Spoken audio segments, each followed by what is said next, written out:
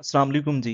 आज हम बात करेंगे कॉन्स्टिट्यूशन ऑफ पाकिस्तान 1973 के अंदर जो फंडामेंटल राइट्स दिए हुए हैं पार्ट 2 चैप्टर 1 के अंदर। और ये फंडामेंटल राइट्स को जानना और इनकी preparation Punjab enforcement regulatory authority और पीपीएससी के जो बाकी पेपर्स हैं उनके लिए बड़ी रेलेवेंट है।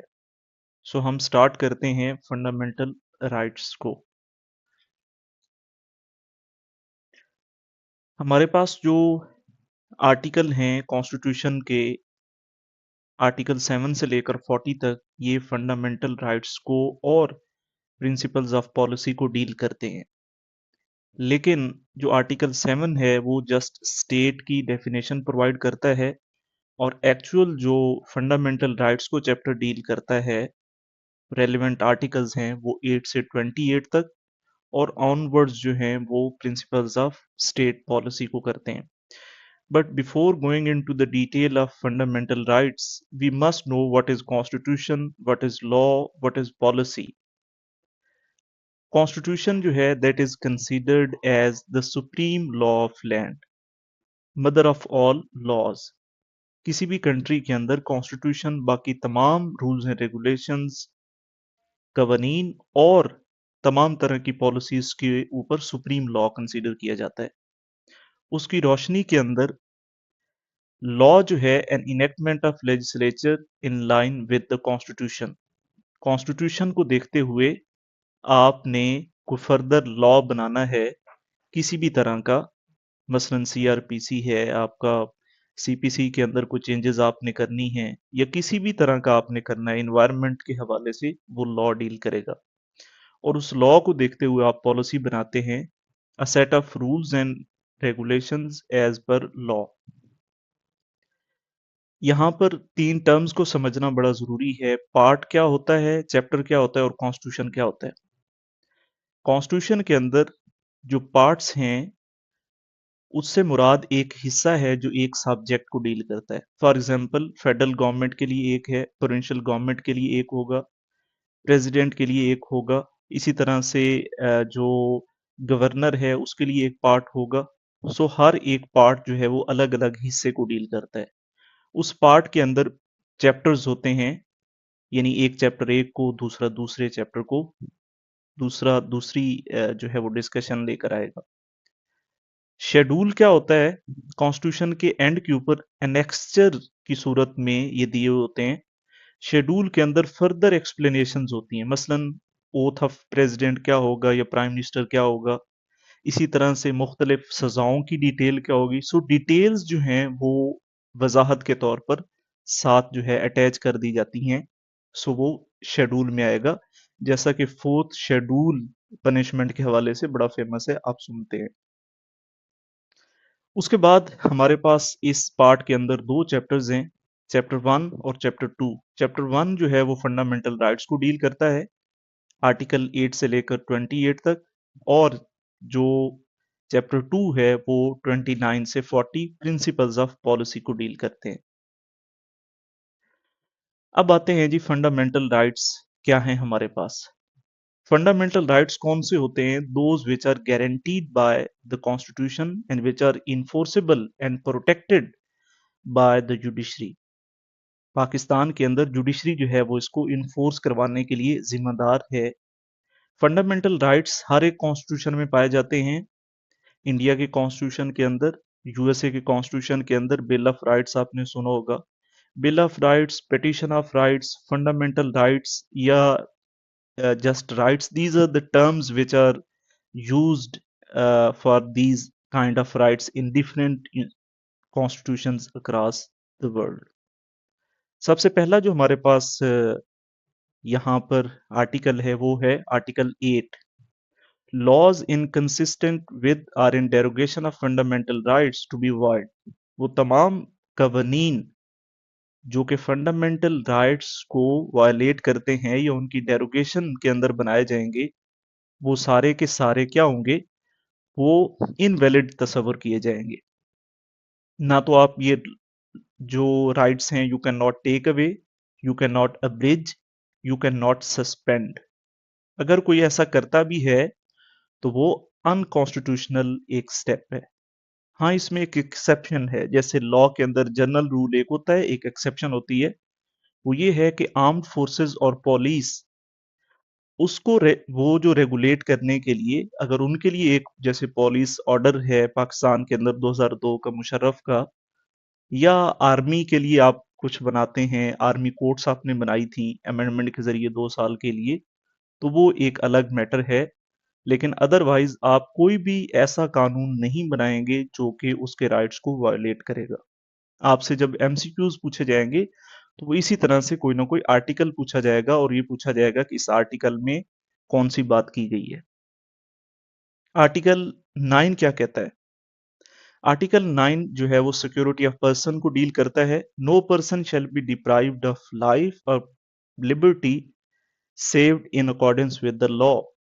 आप किसी बंदे को उसकी जिंदगी से और आजादी से महरूम नहीं कर सकते। हाँ, आप लॉ के मुताबिक महरूम कर सकते हैं। वो कैसे? मसलन एक ने अगर कोई जो है असैसिनेट किया है, कत्ल किया है, तो उसको बकायदा उसका ट्रायल होगा, उसको वकील की इजाजत होगी, और एक बकायदा प्रोसीजर के बाद अगर उसको सजाए मौत दी जाती है, यानी उससे लाइफ से डिप्राइव किया जाता है, तो वो डेफिनेटली उसको उसकी सजा के तौर पर दिया जाता है। अदरवाइज आप उसको डिप्राइव नहीं कर सकते। आर्टिकल 10 बहुत इंपॉर्टेंट आर्टिकल है। Safeguard as to arrest and detention. आपको अरेस्ट और डिटेन अगर किया जाता है तो उसकी रिक्वायरमेंट क्या है कि you have to present within 24 hour before a magistrate. आपको मजिस्ट्रेट के सामने 24 घंटे के अंदर पुलिस जो है वो पेश करने की जिम्मेदार है, और गिरफ्तारी की वजह भी बताई जाएगी कि क्यों आपको गिरफ्तार किया गया है। हाँ, अगर 24 घंटे से कुछ टाइम ऊपर लगता है ट्रेवलिंग के अंदर एक बंदे को कहीं कोर्ट में प्रेजेंट करने के लिए, दैट वो उसके साथ उसकी इजाजत होती है, वरना ऐसा नहीं होता। अब जहां पर ये होता है कि जो पुलिस इलीगल डिटेन करके रखती है, तो उसके लिए कोर्ट एक बैलिफ जारी करता है, और बैलिफ जो है वो उसको बंदे को वहां से रिकवर करवा सकता है, और उसके लिए पुलिस को बकायदा सजा दी जाती है अगर वो प्रूफ होता है तो। या उसके ऊपर आप कोर्ट के अंदर रेट ऑफ हेबियस कॉर्पस जो है वो दायर कर सकते हैं कि नाजायज उसको डिटेन किया गया है। हाँ, एक और चीज है कि प्रिवेंटिव डिटेंशन जो है वो की जा सकती है 15 दिन के अंदर, लेकिन वो एक जुडिशरी फिर बाद में बोर्ड बनाती है, वो उसको रिव्यू करता है, और उसके घर वालों को बकायदा कुछ पेमेंट की जाती है, ताकि क्योंकि वो बंदा तो डिटेन है, और ये इसलिए किया जाता है कि वो पब्लिक ऑर्डर को मेंटेन करने के लिए, और बकायदा उसकी जो वजह है वो फिर पब्लिश की जाती है। सो ये आर्टिकल इसको जो है वो डील करेगा। आर्टिकल 11 स्लेवरी, गुलामी, फोर्स्ड लेबर, ये दोनों जो हैं दे आर प्रोहिबिटेड। यानी ये जो जबरी मुशक्कत है, ये गुलामी है किसी भी सूरत के अंदर, और इसकी फर्दर एक्सप्लेनेशन क्या है? ह्यूमन ट्रैफिकिंग है, जैसे ये लीबिया के अंदर और यूरोप जाते हुए मुख्तलिफ नौजवानों का अनफॉर्चुनेटली वहाँ कश्ती डूबने से जो है वो फौत हुए। तो ये भी जैसे एफआईए उसकी तहकीक कर रहा है तो ह्यूमन ट्रैफिकिंग भी अलाउ नहीं है। और इसी तरह से चाइल्ड लेबर बिलो 14 ये भी अलाउड नहीं है। उसके लिए फिर फर्दर चाइल्ड लेबर लॉ जो है वो उसको डील करता है। हाँ, पनिशमेंट के तौर पर अगर किसी को जो है वो कहीं रखा गया है या उसके लिए कोई सजा मुतय्यन की गई है, तो उसको आप फोर्स्ड लेबर, मसलन अगर आपसे जेल के अंदर कोई कैद ब मुशक्कत काम करवाया जाता है, तो उसका मतलब ये नहीं है कि वो जबरी मुशक्कत है। सो नेक्स्ट आर्टिकल क्या है? Protection against retrospective punishment. ये बड़ा इंपॉर्टेंट है। काजी फायज ईसा साहब की जो बीवी थी, उन्होंने भी ये कोर्ट में जब उनके खिलाफ केस चला तो उन्होंने ये कहा कि जो उनको सजा और असासे पेश करने के लिए कहा जा रहा है, उस वक्त ये लॉ मौजूद नहीं था, ये कॉन्टेक्स्ट वहां पर भी था। रेट्रोस्पेक्टिव क्या है कि कोई लॉ जो आज मौजूद नहीं है, और अगर आपको गलत काम करते हैं तो बाद के अंदर उसके मुताबिक आपको सजा नहीं दी जा सकेगी। फॉर एग्जाम्पल 2010 के अंदर कोई आपने गलती की है, तब वो कानून मौजूद नहीं था। 2020 के अंदर वो कानून आया और आज आपको सजा दी जाए कि आपने 2010 में ये गलती की थी तो हम आपको ये सजा दे रहे हैं। सो ऐसा नहीं हो सकता कि माजी के अंदर कुछ भी आपने किया है और उसकी सजा जब बाद के अंदर कोई लॉ बने, फॉर एग्जाम्पल जैसे ये आजकल इन्वायरमेंट रेगुलेशंस के हवाले से बड़ी सजाएं हैं, या आप चालान की बात कर लें, अगर 2000 का चालान किया जाता है, आज वो कानून है और आपको ये कहा जाए 2017 में आपका चालान हुआ था लिहाजा अब आप जो है वो वाली पेमेंट करें, ऐसा नहीं होगा। आर्टिकल 13 देखें जी, protection against double punishment and self incrimination. किसी को दो दफा सजा नहीं दी जा सकती फॉर द सेम ऑफेंस। इसको कहते हैं कानून की जो टर्म है उसके अंदर डबल जेपर्डी। आप उसको दो दफा सजा नहीं दे सकते फॉर द सेम ऑफेंस। एक दफा उसने सजा की, आपने उसे सजा दी, अब ऐसा नहीं हो सकता कि दूसरी दफा फिर आप उसे वही या कोई और सजा जो है उसी एक काम के ऊपर दें। नेक्स्ट है जी आर्टिकल 14। आर्टिकल 14 डील करता है इनवॉलेबिलिटी ऑफ डिग्निटी ऑफ मैन। आप किसी भी सूरत के अंदर किसी भी इंसान की डिग्निटी को वायोलेट नहीं करेंगे। ये जो हमारे यहाँ चादर और चार दीवारी का तकद्दस है या प्राइवेसी की डिग्निटी है, वो इस आर्टिकल के अंडर प्रोटेक्ट की गई है। आर्टिकल 15 देखें, फ्रीडम ऑफ मूवमेंट। आप किसी भी पाकिस्तान के हिस्से के अंदर जा सकते हैं, आप जो है फ्रीली मूव कर सकते हैं। Nobody can force you not to visit any place. लेकिन इसके अंदर एक इशू है, वो ये है कि पब्लिक ऑर्डर या पब्लिक इंटरेस्ट को मेंटेन करने के लिए सम टाइम अगर कोई रिस्ट्रिक्शन लगाई गई है या कहीं विमेन और बच्चों के लिए कोई खास जगह मुकर्रर की गई है और you are not allowed to enter that place, security की वजह के लिए ऐसा किया गया है, दैट इज एक्सेप्टेबल, लेकिन उसकी भी एक रीजनेबिलिटी होना जरूरी है। उसके बाद है आर्टिकल 16, फ्रीडम ऑफ असेंबली। आप कहीं पर भी इकट्ठे हो सकते हैं, प्रोटेस्ट कर सकते हैं, अपना एहतजाज रिकॉर्ड कर सकते हैं। इसमें क्या होता है कि अब MPO maintenance of public order जारी किया जाता है, जिसमें आप जानते हैं कि दफा 144 पिलियन राइडिंग के जी डबल सवारी अलाउड नहीं है। वो कुछ खास टाइम के लिए किया जाता है और जाहिर है पॉलिटिकल गवर्नमेंट्स जो हैं वो सम टाइम प्रोसिक्यूट करने के लिए अपनी अपोजिशन को भी ऐसा करती हैं।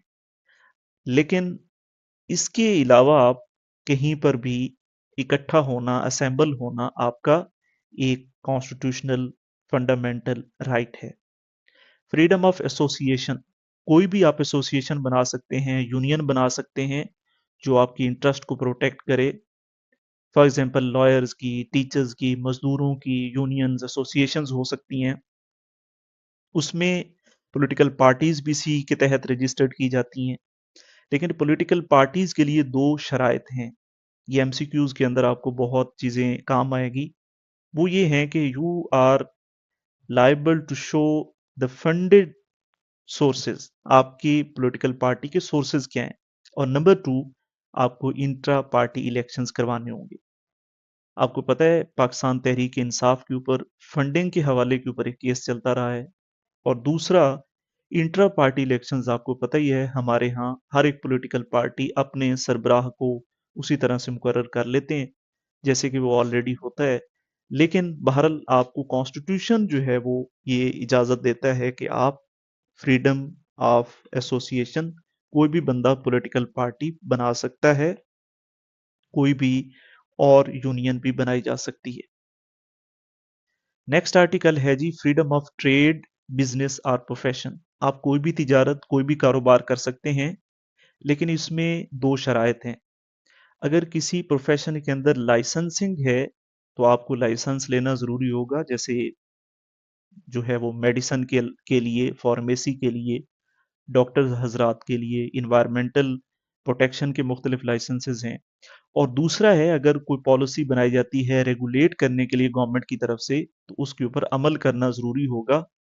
अदरवाइज ये है कि आप कोई भी प्रोफेशन अगर आप कॉम्पिटेंट हैं, अगर आप उस प्रोफेशन की जो एलिजिबिलिटी क्राइटेरिया उसको पूरा करते हैं, बाकायदा लाइसेंस लेते हैं, so you are allowed to practise and you are allowed to adopt that profession. Article 19 बड़ा इंपॉर्टेंट आर्टिकल है, फ्रीडम ऑफ स्पीच। इसी के कॉन्टेक्स्ट में जैसे पीका एक्ट के ज़रिए बहुत सारी सख्त कवानीन को मुतारिफ कराया गया है और सहाफ़ी उसके ऊपर प्रोटेस्ट करते हैं। तो फ्रीडम ऑफ स्पीच एक ऐसा जो है इनएलियनेबल राइट कंसीडर किया जाता है, जो कि आपको हमेशा इजाज़त देता है कि आप अपनी जो अ, आपकी आइडियाज़ हैं उसको आप एक्सप्रेस कर सकें। आर्टिकल 20 क्या है जी? Freedom to profess religion and to manage religious institutions. आपको रिलीजन को प्रैक्टिस करना, प्रोफेस करना, प्रोपोगेट करने की मुकम्मल तौर पर इजाज़त है और अपनी इंस्टीट्यूशंस को मेंटेन करने की मुकम्मल तौर पर इजाज़त है। 23 आर्टिकल जो है वो क्या डील करता है? Provision as to property. आप जो है वो प्रॉपर्टी को मुकम्मल तौर पर क्या कर सकते हैं कि उस प्रॉपर्टी आपका रखना मुकम्मल तौर पर जो है वो राइट है।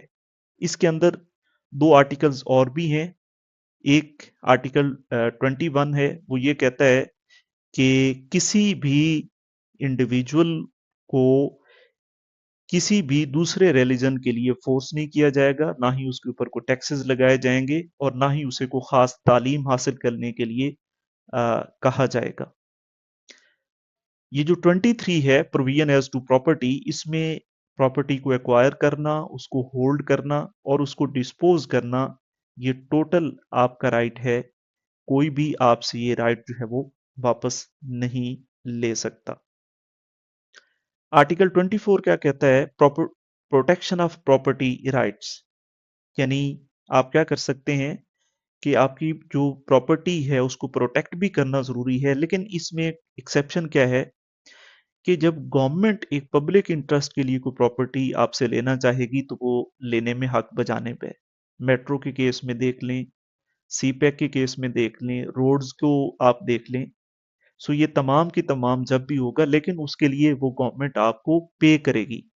अब पे बाजुकात कम किया जाता है, उसकी रिजर्वेशंस होती हैं लोगों की, लेकिन गवर्नमेंट जो है वो आपसे प्रॉपर्टी आपकी इस सूरत में एक्वायर कर सकती है कि जब वो उसको पब्लिक इंटरेस्ट के तौर पर यूज करना चाहे। आर्टिकल 25 इक्वालिटी ऑफ सिटीजन्स, इसमें यह है कि जेंडर डिस्क्रिमिनेशन मेल और फीमेल के अंदर नहीं किया जाएगा। आर्टिकल 26 क्या कहता है? Non discrimination in respect of access to public places. किसी भी पब्लिक प्लेस पर जाना आपका राइट है, जो पब्लिक प्लेस है, किसी की प्राइवेट प्लेस के ऊपर नहीं, एक्सेप्ट वो प्लेसेस जो कि विमेन और चिल्ड्रन के लिए मुख्तस कर दी जाएं। उनके अलावा कोई भी किसी भी पब्लिक प्लेस के ऊपर जाना, जैसे पार्क्स हैं, लाइब्रेरीज हैं, म्यूजियम्स हैं, रोड्स हैं, ये तमाम किसी की भी प्रोटेक्ट जो है वो प्रॉपर्टी नहीं है, ये पब्लिक प्रॉपर्टी है। Article 27 safeguard against discrimination in services. ये चारों सूबों से और मुख्तलिफ ज़ातों, कबीलों, कल्चर्स और मज़ाहिब के लोग, उनके खिलाफ कोई डिस्क्रिमिनेशन नहीं किया जाएगा। और इसी में ये बताया गया था कि 40 साल के बाद कोटा जो है वो ख़त्म कर दिया जाएगा।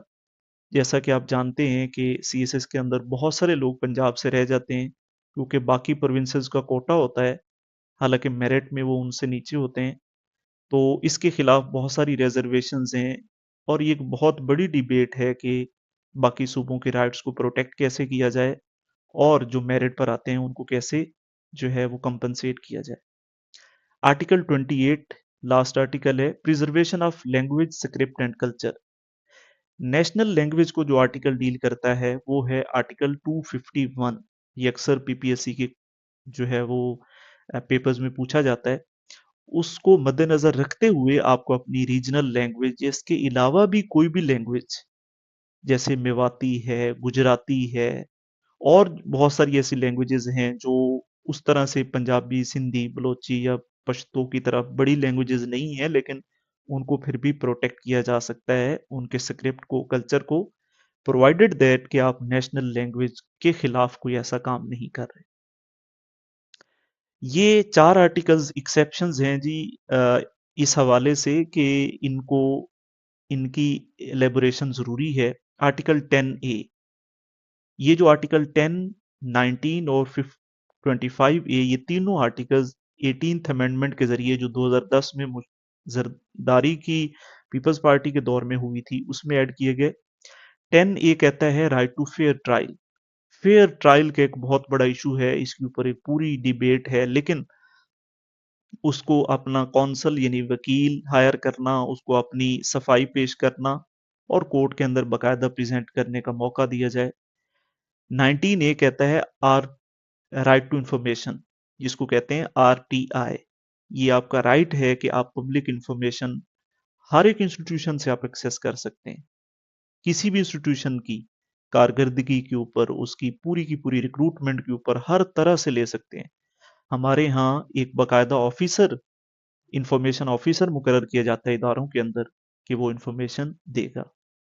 Article 25A right to education, ये बिलो 16 या 16 ईयर्स तक जो है वो कंपलसरी एजुकेशन प्रोवाइड करना रियासत की बुनियादी जिम्मेदारी है। आर्टिकल 9A जो है, ये 26 अमेंडमेंट जो 2024 के अंदर हुई है, इसके साथ ये ऐड किया गया है keeping in view the the situation of environment, right to sustainable environment. So ये वाले तमाम के तमाम आर्टिकल्स हैं जो कि डील करते हैं मुख्तलिफ फंडामेंटल राइट्स को। नेक्स्ट वीडियो जो हम बनाएंगे वो हम बनाएंगे principles of state policy, article 29 से लेकर 40 तक। Thank you.